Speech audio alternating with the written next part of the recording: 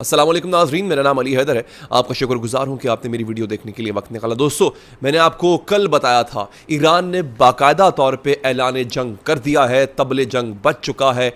Iran का ये हमला एक डिक्लेरेशन ऑफ वॉर है इसराइल पर, जो कल रात हमला हुआ, अचानक हमला हुआ। दोस्तों, अब आप जानना चाहते होंगे कि इसराइल के कौन कौन से मकामात को नुकसान पहुँचा, ईरान ने किस तरह इसराइल को टारगेट किया। आखिर इसराइल के पास इतना मजबूत डिफेंस है, और इसराइल का जो डिफेंस है वो सिर्फ आयरन डूम नहीं है, रस्ते में कम से कम 3 से 4 लेयर्स का डिफेंस भी आता है। उसके बावजूद ईरानियन मिसाइल्स जो हैं वो बिना इंटरसेप्ट हुए, बिना रुके, बिना किसी रुकावट वो इसराइल पहुंच कैसे गए। एक दूसरा, इसराइल के कौन कौन से मकामात को निशाना बनाया गया है, और फिर मेरे पास कुछ मजीद फुटेजेस आई हैं। इससे पहले कि मैं आगे बढ़ूं दोस्तों, मैं आपको बड़ी इंटरेस्टिंग चीज बताता हूं। नाजरीन, ईरानी आर्मी ने मिसाइल फायर करने की जो वीडियो है वो जारी की है। ऑफिशियली जो वीडियो है वो जारी हो चुकी हुई है, मैं आपको वो भी दिखाऊंगा। लेकिन जो इंटरेस्टिंग बात है, उसके साथ कुरान पाक की एक आयत लिखी हुई है। ये आयत जो है, आयत नंबर 17 है सूरह इन्फाल की। ठीक है, इसका तर्जमा मैं पढ़ के आपको सुना देता हूं। ये आयत नंबर दोबारा बता रहा हूं, आयत है सूरह इन्फाल की, आयत नंबर 17। अच्छा, इसका तर्जमा ये है कि और ए रसूल मौज़म सल्लल्लाहु अलैहि वसल्लम, आपने वो खाक नहीं फेंकी जिस वक्त आपने वो खाक फेंकी थी, लेकिन वो खाक अल्लाह ने फेंकी थी। क्या बात है, क्या बात है। ये यानी बेसिकली इन मिसाइलों के साथ ये आयत लिखी हुई थी, यानी मिसाइलों के लॉन्च करते वक्त ये आयत वहाँ पे पढ़ी गई थी और लिखी गई थी। नाजरीन, इसका मतलब ये है कि ये जो हमला हुआ है ये ईरानियों ने नहीं किया है। बेसिकली ये तागूती कुव्वतों के खिलाफ अल्लाह का गज़ब है जो इन पर ढाया गया है, और इंशाअल्लाह ये गज़ब इन पर ऐसे ही आता रहेगा। नाजरीन, अब हुआ क्या, मैं आपको बताता हूँ कि कहाँ कहाँ पर मिसाइल फायर किए गए हैं। अच्छा, इसके साथ साथ इमरान खान का एक बयान पढ़ लीजिए। इमरान खान ने बयान दिया है, पाकिस्तान के जो लीडर है इमरान खान, सैयद हसन नसरुल्लाह और इस्माइल हनिया अपने वतन के दिफा में शहीद हुए, और इनका मकाम बहुत बुलंद है, इसमें कोई शक नहीं है, इनका मकाम बहुत बहुत बुलंद है। अच्छा नाज़रीन, ईरान ने ऑफिशियल स्टेटमेंट जारी किया है ईरान की जानिब से। सबसे पहले तो ईरान ने मोसाद के हेडक्वार्टर को निशाना बनाया। असल जो फसाद की जड़ है वो ये मोसाद का हेडक्वार्टर है। नाजरीन, इस्माइल हनिया की शहादत हो, हसन नसरुल्लाह की शहादत हो, इससे पहले कासिम सुलेमानी की शहादत हो, ये सब शहादतें मोसाद की इंटेलिजेंस के बेस पर हुई हैं। ये बाकायदा तौर पे इंटेलिजेंस बेस्ड ऑपरेशंस थे।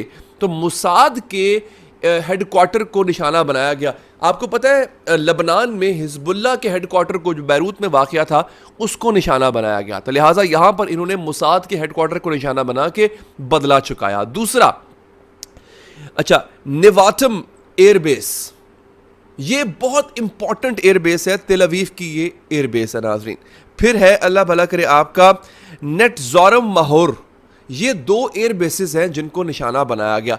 कहा यह गया है कि F-35 तैयारे, जो कि दुनिया के जदीद तरीन तैयारे हैं, वो यहाँ पे डिप्लॉयड थे, उनको निशाना बनाया गया। और बाज़ खबरें ये स्टेट कर रही हैं सोशल मीडिया पर कि 20 से ज़ायद तैयारों को नुकसान पहुँचा है।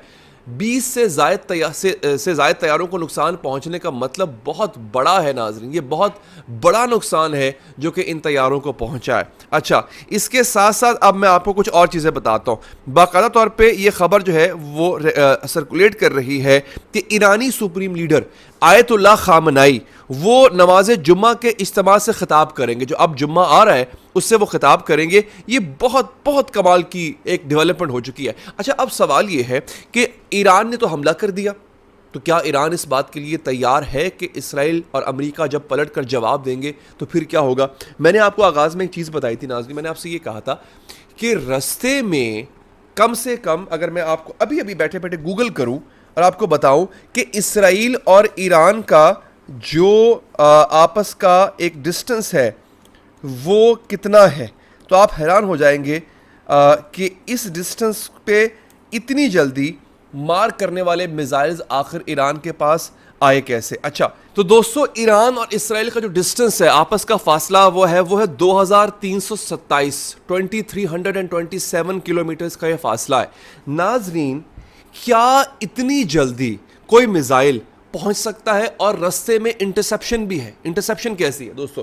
सबसे पहले तो ईरानी मिसाइल जो है वो पर्शियन गल्फ यानी खलीज फारस को अबूर करेगा। खलीज फारस के आसपास 3 अमरीकी बहरी बेड़े जो है, जंगी बहरी बेड़े, वो मंडला रहे हैं। उसके बाद रास्ते में सबसे पहले आएगा Saudi Arab, UAE, Oman, Bahrain.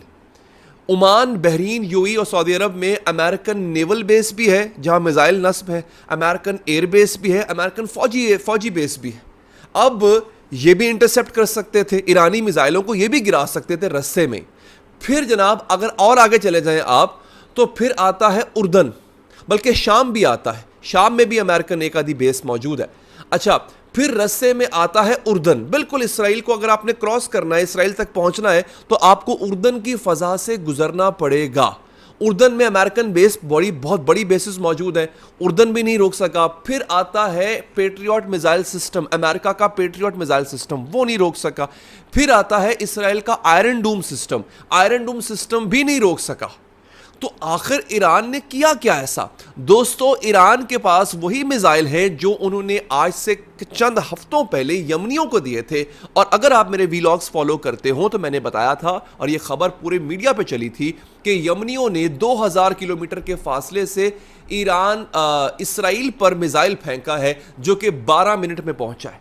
और यहाँ पे 2300 कुछ किलोमीटर का फासला है जो कि ईरान और इसराइल के माबैन है। ईरान ने वही बैलिस्टिक मिसाइल, हाइपरसोनिक, एक होता है सुपरसोनिक, उससे भी बड़ा होता है हाइपरसोनिक मिसाइल मारा है। और 12 मिनट के अंदर अंदर वो मिसाइल जो है रडार्स को चकमा देते हुए, जितने भी रडार्स रास्ते में आ रहे थे उन सबको चकमा देते हुए वो इसराइल की हदूद में पहुंचा है। और 400 की तादाद थी, जो टोटल तादाद थी ईरानी मिसाइलों की। दोस्तों, ये बैलिस्टिक मिसाइल थे, ये 400 थे।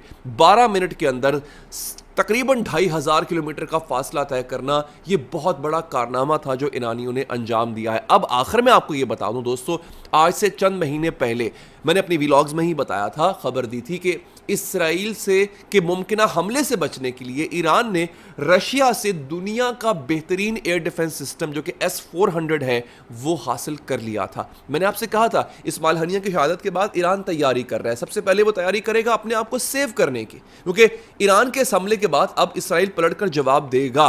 अब उस जवाब से बचना कैसे है, उसकी तैयारी ईरान कर चुका है। ऐसा नहीं कि इसराइल के वार से ईरान को नुकसान नहीं होगा, लेकिन कम से कम नुकसान की तैयारी की जा चुकी है। ऐसी मजीद अपडेट्स के लिए चैनल को अभी सब्सक्राइब कर लीजिए। अपना ख्याल रखिए। अल्लाह निगहबान।